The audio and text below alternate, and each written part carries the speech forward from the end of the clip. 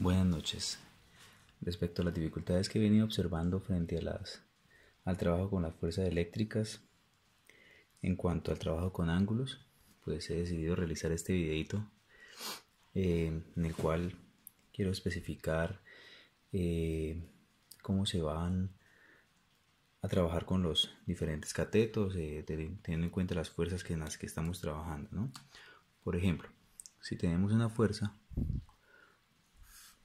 que apunta hacia arriba, pues en clase se ha visto que esta fuerza va a tener dos componentes, ¿cierto?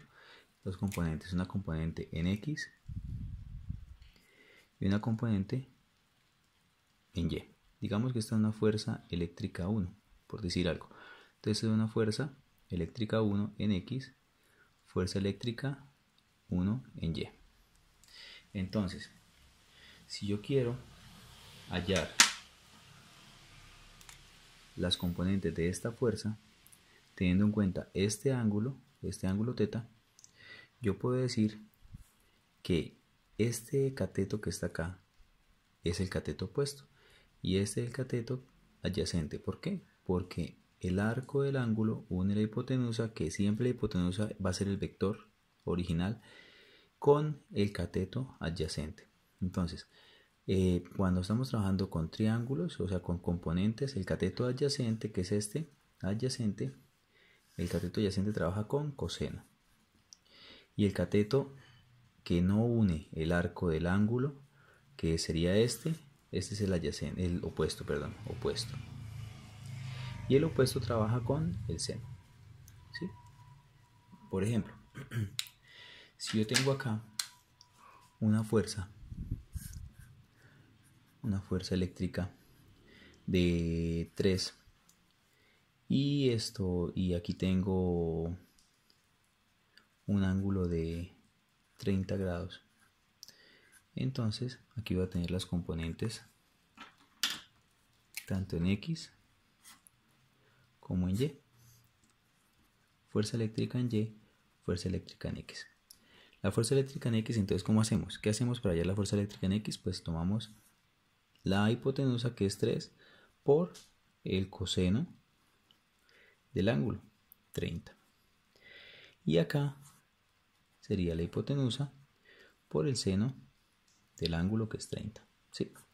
Ahora, ya partiendo de eso y sabiendo eso, pues entonces vamos a mirar un ejercicio un poco más complejo. Por lo menos, si tenemos acá una medida de 0.4 y aquí una medida de 0.3, ¿sí? Y aquí tenemos una carga 1 y aquí una carga 2, ¿sí? Entonces, digamos que estas fuerzas son de diferente polaridad. Entonces aquí la fuerza que actuaría sobre Q1 vendría siendo de atracción. Esta fuerza tiene dos componentes, ¿cierto? Componente en X.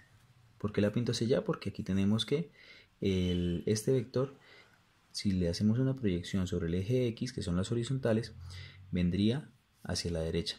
Y en Y tendría la componente hacia abajo, por lo mismo, porque si le hago la proyección en el eje de la Y, tendría un ángulo, una proyección, apuntaría hacia abajo. Entonces, viendo esto, sabemos que la componente en X, el vector unitario sería Y positivo. ¿Por qué? Porque apunta hacia la derecha. Y en la componente en Y, el vector unitario sería menos J, porque apunta hacia abajo. Recordemos que cuando un vector unitario apunta hacia la derecha, sería positivo, hacia la izquierda sería negativo. Si un vector unitario en Y apunta hacia arriba, sería positivo, y hacia abajo sería negativo. Entonces, ¿cómo hacemos para hallar? Si yo quiero hallar, digamos, este ángulo de acá, este ángulo, entonces, ¿qué tengo que hacer? Pues tengo que trabajar con estas medidas que están aquí, esta medida y esta medida.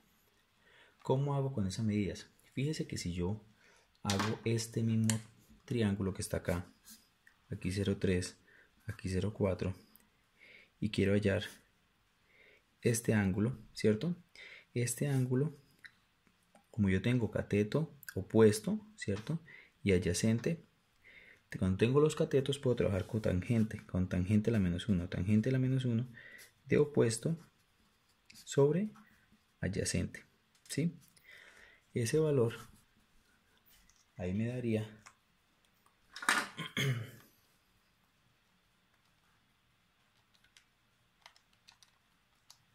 me daría 36.86. 36.86. ¿Sí? Ese valor me da 36.86. Entonces, pero fíjense que en el ejercicio no estoy hallando este ángulo, sino estoy hallando el otro ángulo, o sea, estoy hallando este ángulo de acá. Este ángulo. Como este mide 36.86, entonces este ángulo mediría 90, porque es todo esto, menos 36.86. Entonces este ángulo sería 53.14. 53.14. O sea, este ángulo de acá, 53.14.